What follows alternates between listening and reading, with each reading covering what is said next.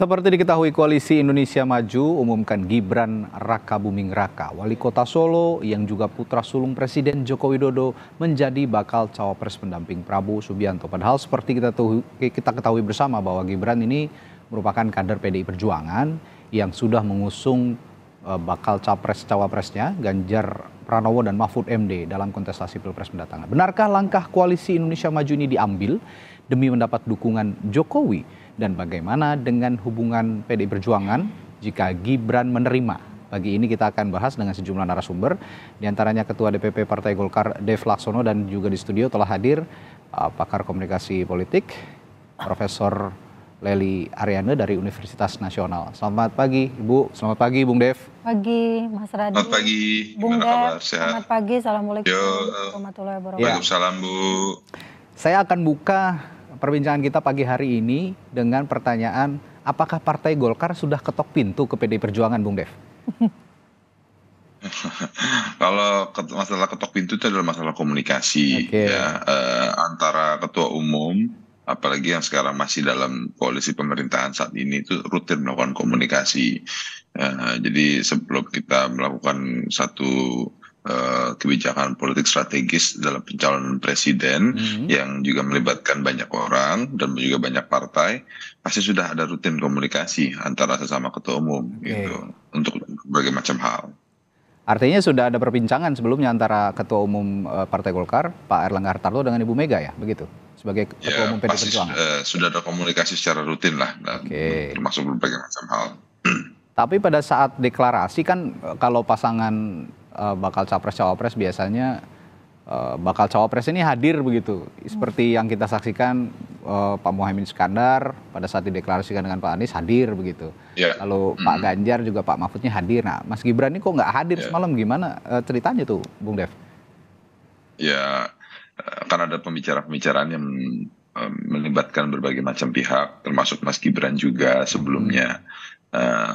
Kalau masalah kehadiran beliau pada saat deklarasi itu, memang kalau dari banyak orang ya, itu bisa diartikan berbagai macam. Tapi itu bukan berarti ini pembicaraan yang tidak melibatkan beliau. Komunikasi ini pasti sudah dibicarakan, diskusikan cukup panjang, dan juga komunikasi antara Mas Gibran dengan para ketua umum partai politik itu sudah berlangsung jauh-jauh hari, gitu, dan makanya akan segera deklarasikan rencananya hari ini, ya, nanti sore akan dideklarasikan, dan lalu kita akan daftarkan pada besok. Jadi nanti kehadiran Mas Gibran ini akan tampak begitu ke harapan publik pada saat deklarasi siang nanti, begitu ya Bung Dev ya? Iya. Nah, yang jadi pertanyaan juga apa sih sebenarnya pertimbangan Partai Golkar? Karena Partai Golkar ini yang saya lihat dan publik melihat sebagai penentu dalam Koalisi Indonesia Maju untuk menentukan bakal cawapresnya Pak Prabowo. Partai Golkar sendiri punya pertimbangan apa untuk memilih Mas Gibran? Kemarin memang Pak Erlangga sudah menjelaskan, tapi saya ingin dan publik juga ingin lebih rinci dan juga dengan penjelasan yang sangat rasional bagaimana Partai Golkar memilih Gibran Rakabuming Raka sebagai bakal calon wakil presidennya Pak Prabowo. Ya, pertimbangan itu juga sudah kita lampaui berbagai macam proses. Proses yang pertama itu melihat keberhasilan beliau sebagai wali kota. Kita lihat kemampuan beliau dalam bisa menarik suara khususnya dari generasi milenial, generasi Z, yang merupakan 50% dari demografi penduduk Indonesia. Terus juga bagaimana kemampuan dia untuk menggerakkan massa khususnya di generasi muda. Nah, hal inilah yang menjadi tolak ukur dan pertimbangan utama kita untuk menentukan pilihan ini. Dinilai sudah punya prestasi meskipun baru 2 tahun begitu ya di Solo sebagai wali kota, tapi nilai sudah punya prestasi yang banyak begitu dari Partai Golkar. Saya akan ke Bu Lely dulu deh kalau gitu. Bu, saya kan tanya tadi di awal ke Bung Dev, sudah ketok pintu atau belum? Kata Bung Dev komunikasinya tetap terus dijalin gitu. Tapi kalau menurut Anda sebagai guru besar komunikasi politik, apakah komunikasi politik yang sehat sudah dibangun oleh partai-partai di Koalisi Indonesia Maju termasuk Partai Golkar? Ya, Pertanyaannya kuantitatif banget nih, apakah gitu, jawabannya iya atau tidak gitu kan. Jawabannya tidak. Tidak Jadi ya? tidak. Jadi gini, dalam komunikasi politik itu ada kulunuwun politik juga namanya ya. Kalau kita dengar dari apa yang disampaikan oleh Mbak Puan dan lain-lain, malam tadi kebetulan saya sama Kang Aceh, kita dari 2014, 2019 ngomongin Golkar juga di Kompas TV gitu kan. Jadi memang ya dinamika politik ini nampaknya geraknya begitu cepat, terutama menyangkut soal Gibran.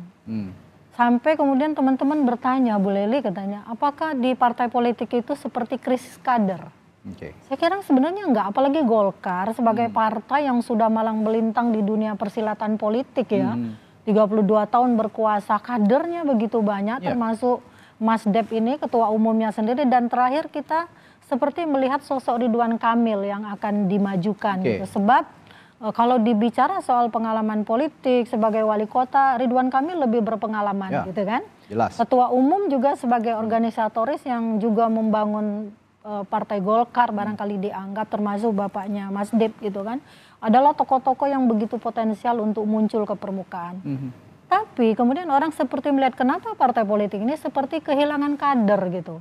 Seperti krisis kader. Kenapa tidak mau mengangkat kadernya yang meretrokrasi, yang dari bawah berdarah-darah membangun partainya. Kalau tadi dijelaskan karena bisa mendekati anak muda, yang sosok lain juga bisa mendekati anak muda. Kita udah melihat semua tuh, semua klausul itu. Oh ternyata Gibran. Nah, kenapa Gibran? Ya karena Gibran ada relasi patron klien dengan Pak Jokowi. Pak Jokowi kenapa approving raffle-nya adalah lebih dari 82%. Nah ini dinamika yang dilihat memang karena setiap yang ingin maju pasti ingin menang. Jadi kita melihatnya dari dua sisi nih. Dua-duanya kita akomodasi untuk menguatkan asumsi politik mereka.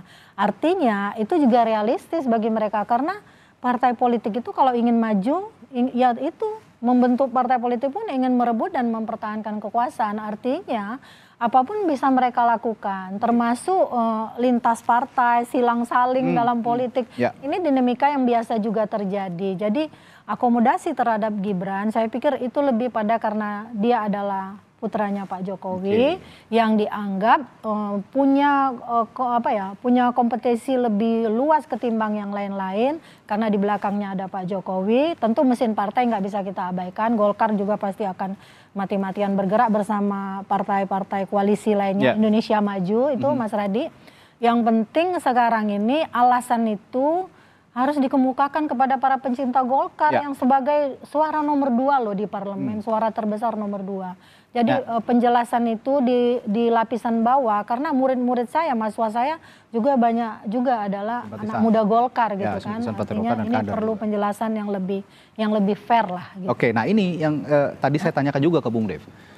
Bagaimana Partai Golkar menjelaskan kepada publik yang lebih rasional. Nah, saya tangkap tadi pembicaraan dari Prof. Leli adalah yang rasional adalah Partai Golkar memilih Gibran Rakabuming Raka karena ada relasi patron klien dengan Pak Jokowi yang saat ini juga masih punya tingkat keterpilihan yang sangat tinggi. Nah ini akan ditransformasikan kepada Gibran Rakabuming Raka ketimbang Partai Golkar berbicara bahwa Gibran ini sudah punya prestasi atau sudah punya karena ternyata kader Golkar yang lain lebih banyak itu, yang lebih berprestasi juga kan kalau lihat dari dinamika itu.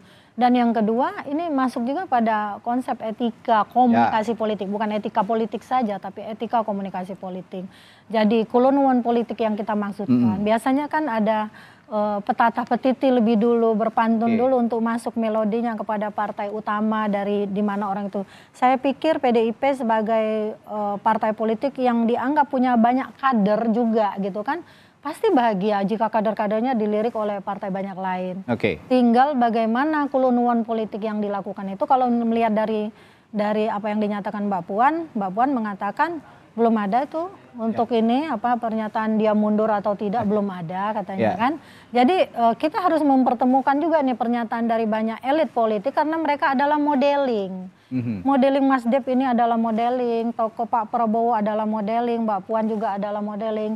Yang semua tingkah laku politiknya, narasi politiknya, verbal maupun non verbal itu akan menjadi contoh bagi orang di luar ya, bagi mereka yang memperhatikan bagaimana elit ini mempertontonkan pertunjukan politiknya di panggung politik depan maupun belakang. Ya. Itu intinya. Ya. Nah, sayang sekali pagi hari ini kita belum bisa menghadirkan PDI Perjuangan begitu Bu. Saya pikir sebenarnya PDI Perjuangan yang sangat bisa menjawab hal ini, apakah memang menerima atau masih ada pertimbangan lain begitu. Nah, dari bahasa saya menerima ini apakah nanti langkah politiknya adalah mengeluarkan Gibran dari PDI Perjuangan atau merelakan tetap menjadi kader PDI Perjuangan dan berkontestasi di kubu sebelah begitu. Tapi saya punya pertanyaan lagi, Bung Dev, ini apakah Partai Golkar seperti yang kami bicarakan tadi di studio dengan Prof. Lely akan berbesar hati kepada publik, termasuk juga simpatisan-simpatisan Partai Golkar yang menyebar di seluruh Indonesia, bahwa memilih Gibran ini adalah karena ada korelasi yang sangat kuat dengan Pak Jokowi dan bukan semata-mata hanya prestasi Gibran, karena baru 2 tahun menjadi wali kota juga saya kira kader Golkar banyak yang jauh lebih mumpuni dari itu. Ya, pandangan itu tentu tidak bisa dilepaskan ya, apalagi dengan isu yang disebar tentang dinasti politik segala macam. Akan tapi ya dapat saya sampaikan bahwa pemilihan kami terhadap Gibran itu tidak semata-mata hanya melihat beliau itu adalah putranya presiden. Kalau itu bagi saya atau bagi kami itu hanya ya karena beliau lahir dari keluarganya presiden. Jadi kita belum melihat kemampuan dan kepiawaian beliau dalam memimpin suatu roda pemerintahan sehingga bisa mensupport dan juga memiliki ide-ide dan konsep-konsep terbaru untuk bagaimana mengoptimalkan semua daya juang yang dia miliki untuk tercapai tujuannya, yaitu untuk mensejahterakan masyarakat secara umum. Begitu. Ya, lalu kalau pertanyaannya, kalau dia dianggap mempunyai ide dan konsep terbaru, apakah Mas Gibran sudah presentasi di hadapan Golkar? Jadi muncul pertanyaan itu loh. Boleh dijawab. Nah, masalah itu kan komunikasi antara Mas Gibran dengan Ketua Umum dan juga elit Partai Golkar yang merupakan representasi Partai Golkar, karena dan mereka lah yang menyampaikan, pimpinan partai yang menyampaikan kepada kader Partai Golkar, ya baik secara tingkat nasional ataupun tingkat daerah, untuk mengapa kita mengambil pilihan politik seperti ini. Oke. Iya. Saya punya pertanyaan spesifik juga Bung Dev, sebagai Anda sebagai kader Partai Golkar. Yang menguat juga sebelumnya namanya kan ada Pak Erick Thohir nih, di Koalisi Indonesia Maju untuk dijadikan bakal cawapres. Kenapa nggak Pak Erick aja sih gitu loh? Banyak pertanyaan publik yang akhirnya menjurus ke sana, kenapa nggak Pak Erick aja sih gitu? Ya, itu ada pandangan-pandangan kita, dan kita kan semuanya kan dibahas di tataran para ketua umum Kim ya, dan itu kita sepakati, para ketua umum itu sudah menyepakati bahwa yang terbaik saat ini untuk pasangan dengan Pak Prabowo adalah Mas Gibran. Oke. Ya. Tolong ukur terbaik itu bagaimana, Bung Dev? Ya. Yang terbaik dari yang terbaik itu, karena Pak Erick juga, wow, siapa yang tidak tahu begitu kan, Pak Erick Thohir misalnya, atau Pak Sandiaga Uno, Bung Ridwan Kamil sebagai kader Partai Golkar yang luar biasa, punya banyak prestasi. Atau Bu Hovifah sekalian. Atau Bu Hovifah sekalian. Supaya tidak banyak pertanyaan gitu kan. Nandingin NU yang sebelah. Titipan masyarakat loh Bung Dev. Kan Bu Hovifah juga sebagai representasi Nahdlatul Ulama yang juga sangat ingin direbut oleh Pak Prabowo suaranya di Pilpres nanti. Gimana Anda menjelaskan ini? Ya, banyak pertimbangan yang tadi saya sampaikan lah ya. Ada hal-hal yang bisa saya sampaikan sekarang, ada hal yang memang belum terlebih dahulu. Strategi ya Bung Dev ya. Ini bagian dari strategi. Mas Radhi, Bung Dev, ya, kita merasakan ini karena kalau berdasarkan hasil survei gitu kan, Mas Gibran ini kan diurutkan ke-8 ya untuk hasil survei elektabilitasnya itu 1. Dan tertinggi itu kemarin dilakukan simulasi oleh berbagai lembaga survei yang kredibel. Kalau saya lihat kredibel karena 30 tahunan juga saya melihat bagaimana perkembangan lembaga survei. Artinya ternyata ketika disandingkan sama Erick Thohir itu elektabilitasnya lebih tinggi. Tapi Mas Gibran juga ketika dicoba disimulasikan jadi tinggi juga gitu kan. Nah tapi ada yang lebih tinggi maksudnya. Nah soal prestasi ini yang tidak bisa dijelaskan secara gampang sama anak-anak muda. Ya, Sebab secara mereka gampang dan kritis rasional, Bu. dan rasional karena ya, mereka kritis. Mereka bilang Ridwan Kamil itu kader Golkar, prestasinya wali kota dan gubernur. Dan Ya. ingat, ini bukan sesuatu yang gampang untuk dijelaskan, terutama di kelas-kelas politik dan kelas-kelas komunikasi politik ya, karena mereka adalah calon pemilih muda, pemilih milenial, Ya. pemilih Gen Z yang kita perhitungkan akan menyusur suaranya Mas Gibran. Oke. Tapi ingat, kalau lembaga survei itu sebenarnya yang didekati oleh lembaga survei itu kan yang proaktif adalah lembaganya Mas Radi. Ya. Tapi kalau nanti di bilik suara, yang aktif itu adalah pemilihnya. Oke. Nah, kalau pemilihnya masih belum bisa menerima penjelasan dari Bung Dev yang dibilang tadi berprestasi, Ya itu. ya sudah karena yang didengar oleh publik selama ini Mas Gibran juga program-programnya belum dijelaskan seperti Prof Mahfud misalnya, Ya, sama lagi ya. Nah, Caimin, itu yang akan saya tanyakan Pak berikutnya. Anies dan sebagainya. Ya, Gitu. kalau dari kubunya Mas Anies dan Gus Muhaimin gitu kan, Iya. mengusung tema perubahan jelas begitu ya. Dan Pak Ganjar juga dan Prof Mahfud ini reformasi hukum dan supremasi hukum tetap ditegakkan gitu Bahkan ya. visi misi sudah dibawa Berantas ke korupsi. KPU. Nah, ini untuk Pak Prabowo dan Mas Gibran agendanya keberlanjutan, tapi keberlanjutan yang bagaimana saya akan tanyakan nanti ke Bung Dev. Apa penjelasan yang paling rasional, program visi misi yang paling rasional akan dijelaskan oleh Prabowo Gibran nanti di Pilpres 2024 setelah jeda di Sapa Indonesia Pagi. Tetaplah bersama kami. Bung, tadi kalau pasangan-pasangan lain gitu, Anies Muhaimin dengan agenda perubahan dan rinci sudah ada beberapa visi misi bocoran yang sudah diungkapkan kepada publik, lalu juga Ganjar Mahfud yang menegakkan supremasi hukum, memberantas korupsi dan lain-lain begitu ya. Ini sudah terperinci begitu.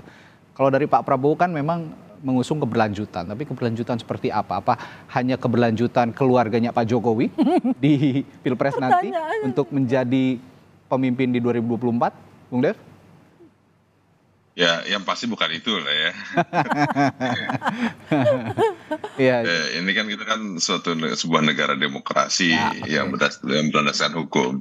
Nah, gini, keberlanjutan yang dimaksud oleh Pak Prabowo itu memang ya tentu berkaitan dengan pemerintahan Presiden Jokowi hari ini, Oke. karena masih banyak program-programnya yang belum sepenuhnya selesai, yang masih butuh penyelesaian dan juga penyempurnaan dan perbaikan ke depannya.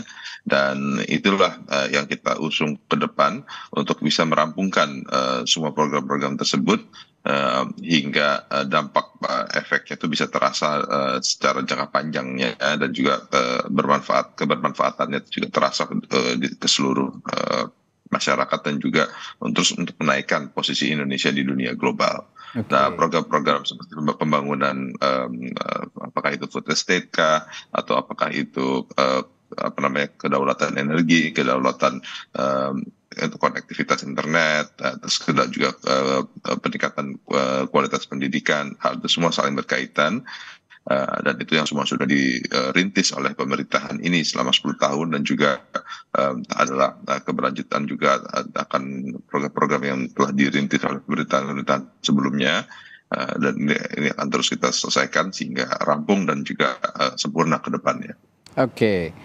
Kalau ngomong program visi misi, kita juga tidak bisa terlepas dari pertarungan politik ya. Pertarungan politik pemilu dan Pilpres ini sangat kuat gitu Bung Dev di Pulau Jawa. Kalau kita lihat di Jawa Barat, di Jawa Tengah apalagi, lalu juga di Jawa Timur. Kalau berbicara Mas Gibran kan ini tokoh Jawa Tengah ya. Beliau ini wali kota Solo yang juga tokoh dari kota Solo gitu. Nah, dari representasi Mas Gibran, kalau Pak Prabowo saya yakin unggul di Jawa Barat. Nah, Jawa Tengah dan Jawa Timur ini yang jadi pertarungan luar biasa nanti untuk Pilpres. Strategi dari Partai Golkar mengusung Mas Gibran, apakah memang ingin mengoptimalkan suara di Jawa Tengah dan juga mungkin sebagian di Jawa Timur, tapi hal yang paling ingin dicapai dari dari Mas Gibran dari pertarungan di Pilpres nanti di Pulau Jawa? Ya, tentunya kita berharap aura dan juga karisma daripada Mas Gibran itu benar-benar terasa ya, radiasinya itu bergejolak sampai dengan seluruh Indonesia. Kenapa kita kan tidak bisa hanya melihat provinsi per provinsi, wilayah per wilayah, karena untuk kita bisa memenangkan Indonesia ini harus mendapatkan dukungan suara dari seluruh rakyat Indonesia. Ya, memang ada basis-basis tertentu yang sulit untuk kita bisa menangkan, akan tapi terus kita optimalkan dengan lebih memperkuat jaringan-jaringan, baik jaringan partai politik ataupun juga relawan-relawan yang sudah terbentuk dan sudah berjalan bekerja se-Indonesia. Ya, Prof. Eli, Jawa Tengah kan pertarungannya cukup kuat karena Mas Ganjar tokoh Jawa Tengah, sekarang Mas Gibran Jawa Tengah, PDIP juga Jawa Tengah ini jadi kandang banteng ya, jadi kandangnya PDIP. Mampu nggak sih nanti Mas Gibran ini menyaingi suara Mas Ganjar di Jawa Tengah dan juga mungkin sebagian suaranya Mas Anies juga di Jawa Tengah gitu? Ya, realitas politik yang ada itu memang menunjukkan Jawa Tengah itu adalah kandang banteng. Ya. Jadi kandang banteng artinya bukan kandangnya Mas Ganjar, bukan kandangnya Pak Jokowi, bukan kandangnya Gibran, gitu kan? Artinya mesin politik nih benar-benar. Mesin politik benar-benar ini media komunikasi politiknya adalah organisasi. Oke. Kan? Nah, artinya apa? Dulu ini kita bisa melihat ya hitung-hitungannya. Ketika Ganjar mau maju, waktu itu suaranya baru 6%. Ini teman-teman dari Jawa Tengah nih langsung mengirim hasil survei mereka, penelitian mereka kepada saya. Kan itu nilai elektabilitasnya Ganjar hanya 6%. Tapi kemudian PDIP bergerak langsung naik 60%. Berarti kan 10 kali lipat. Nah, 10 kali lipat. Demikian juga dengan Pak Jokowi. Jadi komposisi kemenangan legislatif di PDIP itu di Jawa Tengah, yang nomor 1 juga di Jawa Tengah, itu diikutin oleh kemenangan Pak Jokowi. Artinya memang sampai detik ini hasil survei Litbang Kompas bulan Mei, termasuk responden yang mengaku Nadlin sekalipun dari berbagai wilayah di Indonesia ini, yang 61,7% menurut hasil Litbang Kompas, itu 22,8% memilih PDIP. Nah, artinya dalam kelompok marginal yang seperti apapun, PDIP itu ingin disinkronkan dengan Mas Ganjar kah, Pak Jokowi kah, atau Gibran kah, tetap orang mengkonotasikan Jawa Tengah itu sebagai banteng. Kandangnya banteng, jadi bukan kandang ketiga tokoh ini gitu kan. Artinya kalau memang jadi Mas Gibran nanti, mesin organisasi memang harus masih bekerja. Kita percaya pada Golkar ya, karena saya pernah berpikir gini, Golkar itu 32 tahun berkuasa kemudian turun dicaci maki, hasilnya tetap nomor 2. Jadi kepercayaan publik tetap tinggi loh. Berbeda dengan Demokrat, 2014 ketika turun ke nomor 4, 2019 turun lagi ke nomor 7 kan. Artinya mesin partai, organisasinya terutama Golkar dan Gerindra juga cukup tinggi. Barangkali justru yang menggerakkan itu adalah mesin partai nantinya, bukan Gibrannya sendiri. Kita senang nih anak-anak muda menjadi powerful dalam berbagai segmentasinya, baik pemerintah maupun usaha. Kita menyaksikan bagaimana anak muda sukses sehingga bisa jadi menteri, Mas Nadiem misalnya ya, dengan startupnya, artis-artis juga semuanya muda-muda sukses. Tapi kalau soal kepemimpinan pada level negara, nah itu memang masih banyak pertanyaan dan saya juga belum mampu menjelaskan secara tuntas, meskipun saya belajar ilmu ini menjadi dosen selama 33 tahun ya. Belum bisa itu saya jelaskan secara tuntas. Ini pakai teori apa ya? Apa pakai teori komoditas petisisme, meminjam teorinya ekonomi, jadi tentang siapa memilih siapa, menggunakan apa, yang dijual apa misalnya. Apakah ini momennya untuk menjelaskan teori itu? Barangkali saya akan melakukan penelitian kalau Gibran jadi dideklarasi. Nah ini makanya yang saya tadi bilang secara rasional dari berbagai teori politik begitu ya. Ini mau masuk yang mana teorinya, ini masih membingungkan begitu ya untuk menjelaskan. Tapi memang apakah boleh? Ya boleh. Ya memang jadi boleh. Disiapkan boleh gitu kan. Tapi kan teori yang rasional teori itu tadi kan, ya itu yang belum bisa dijelaskan. Tapi saya punya pertanyaan begini, Prof. Eli, kita ngomongin PDI Perjuangan. PDI Perjuangan ini kalau kita lihat akhir-akhir ini menanggapi Mas Gibran yang katakanlah dicolong begitu ya sama kubu sebelah gitu ya. Jadi bakal calon wakil presidennya Pak Prabowo itu begitu tenang begitu. Saya lihat memang statementnya juga tidak terbawa emosi, tidak frontal gitu. Nah, apakah ini juga akan jadi justru titik balik dan bagi PDI Perjuangan dan juga justru akan mendegradasi keterpilihannya Pak Prabowo dan Gibran malah nanti? Ya, saya lihat dua-duanya tenang sebenarnya, baik PDIP maupun Mas Gibran, karena positioning mereka itu ya masih dalam satu partai. Jadi mereka juga harus menjaga marwah partai politik mereka itu sendiri kan. Berbeda halnya ketika misalnya sudah ada keputusan bahwa Mas Gibran mundur dari PDIP atau tidak mundur, tapi PDIP memberikan keikhlasan, keriduan, silakan ini kan kader kami bangga malah kader kami dipergunakan oleh partai lain yang mungkin kekurangan kader gitu kan. Jadi sarkasme politiknya kan seperti itu ya. Nah, dinamika seperti inilah yang harus dilihat nanti oleh Pak Prabowo dan teman-teman, termasuk Golkar. Kita percaya nih Golkar malang melintang di dunia politik ini, bukan orang-orang yang gampang untuk memuluskan sesuatu, kecuali memang kepentingan politik mereka sudah bisa mereka baca. Nah itu gitu. Dia. Nah ngomong-ngomongin kepentingan politiknya nanti Bung Dev, ngomong-ngomong Mas Gibran ini akan dijadikan kader AMI katanya, betul ya? Ya itu masih diskusi, belum tahu persisnya seperti apa, kita lihat proses sejauh mana. Tapi sambutannya Mas Gibran sendiri untuk kan memang ada pembicaraan ke arah sana gitu dari kemarin dari Partai Golkar. Sambutannya sejauh ini bagaimana untuk Partai Golkar? Ya beliau sangat welcome terhadap Partai Golkar dan sangat apresiasi akan move politik dan juga dukungan yang disampaikan kepada beliau. Dan selanjutnya gimana kita lihat perkembangannya lah dalam beberapa hari ke depan. Kalau PDI Perjuangannya nggak ngelepas gimana Bung Dev? Kira-kira nanti Partai Golkar akan melangkah ke depan? Pinjam pakai aja. Misalnya nih ini bukan lahan soalnya, kalau lahan bisa sebetulnya. Ternyata tapi ini kan orang ya. Bu Mega tidak bisa karena Mas Gibran ini kader PDI Perjuangan, bahkan ayahnya pun kader PDI Perjuangan. Nah, Partai Golkar gimana tuh kalau begitu? Orang Kaisang aja udah.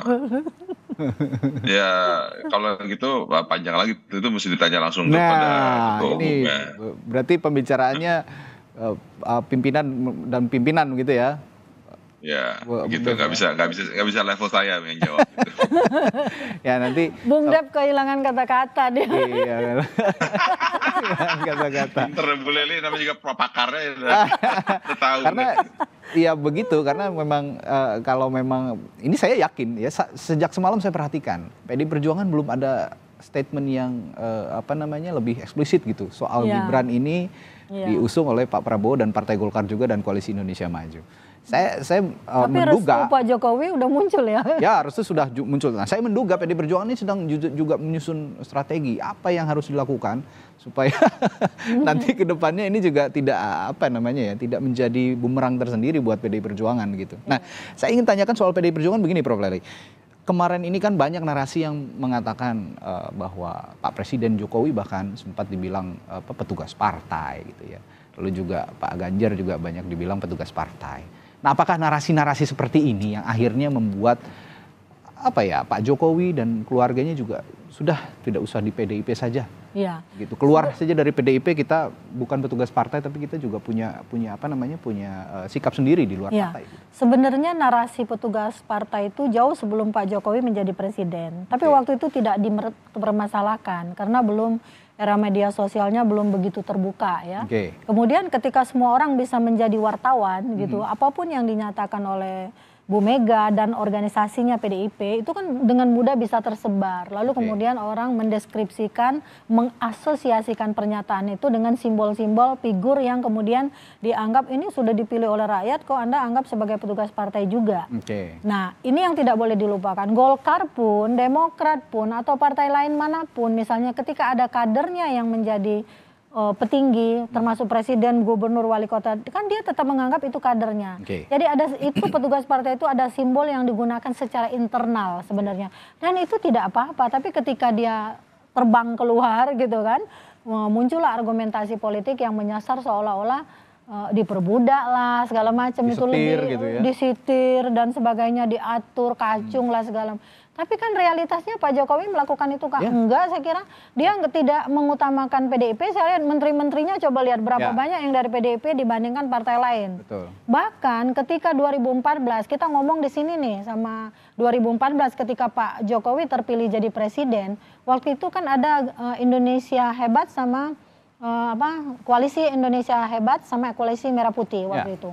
Golkar adalah bagian dari koalisi Merah Putih. Padahal berdasarkan undang-undang susunan dan kedudukan DPR MPR, seharusnya yang menjadi ketua DPR waktu itu adalah PDIP sebagai peraih suara terbanyak. Tapi serta-merta teman-teman yang mengepung PDIP ketika mengusung Jokowi ini menganggap ini presidennya udah Pak Jokowi yang kepilih. Sekarang kita rebut nih DPR. Sehingga yang jadi siapa waktu itu? Setia Novanto kan dari Golkar, lalu wakilnya Gerindra, PAN dan PKS dan seterusnya. Ini dinamika politik yang bisa dibaca karena memang politik itu by design loh, bukan by accident. Tapi nanti bisa jadi accident kalau salah. Oke, menarik sekali untuk kita tunggu juga langkah selanjutnya apa dari Partai Golkar. Tapi saya punya pertanyaan terakhir, Bung Dev, nanti benar dideklarasikan hari ini ya, berarti ya, jam berapa itu kira-kira? Jam 2 ya Bung Dev? Benar jam 2? Gelora ya? Kita lihat, saya juga belum memegang, soalnya saya lagi di dapil jadi saya nggak tahu. Tapi yang jelas hari ini ya. Caranya hari ini deklarasi. Hari ini deklarasi siang hari begitu ya. Nanti tempatnya juga akan menyusul. Sudah ada tempatnya, Bung Dev? Informasinya di mana? Informasi terakhir kalau nggak salah sih di JCC ya. JCC, oke. Harusnya Bung Dev mendampingi Mas Gibran loh, sama-sama anak muda gitu. Pegangan ada banyak tangan gitu. Ada banyak yang dampingi lah. Biar nanti dibimbing sama Prof Leli langsung. Baik, ini yang menarik juga kita tunggu langkah selanjutnya, dan yang menarik juga sikap dari PDI Perjuangan, Bu Leli, sampai detik ini belum muncul. Bagi sampai siang kami, kita tunggu ya. Ya, bagi kita publik juga harus tahu apa langkah selanjutnya dari PDI Perjuangan. Sayang sekali tidak bisa hadir hari ini, tapi kami juga sudah menghubungi tadi dari PDI Perjuangan, tapi belum bersedia untuk berdialog bersama kami pagi hari ini. Baik, terima kasih Prof Leli. Sama-sama. Komunikasi politik dari Universitas Nasional, juga Bung Dev Laksono, Ketua DPP Partai Golkar. Kita tunggu langkah selanjutnya buat anak muda lainnya di Partai Golkar mengusung Mas Gibran dan Pak Prabowo nanti. Makasih, Bung Dev, sehat selalu.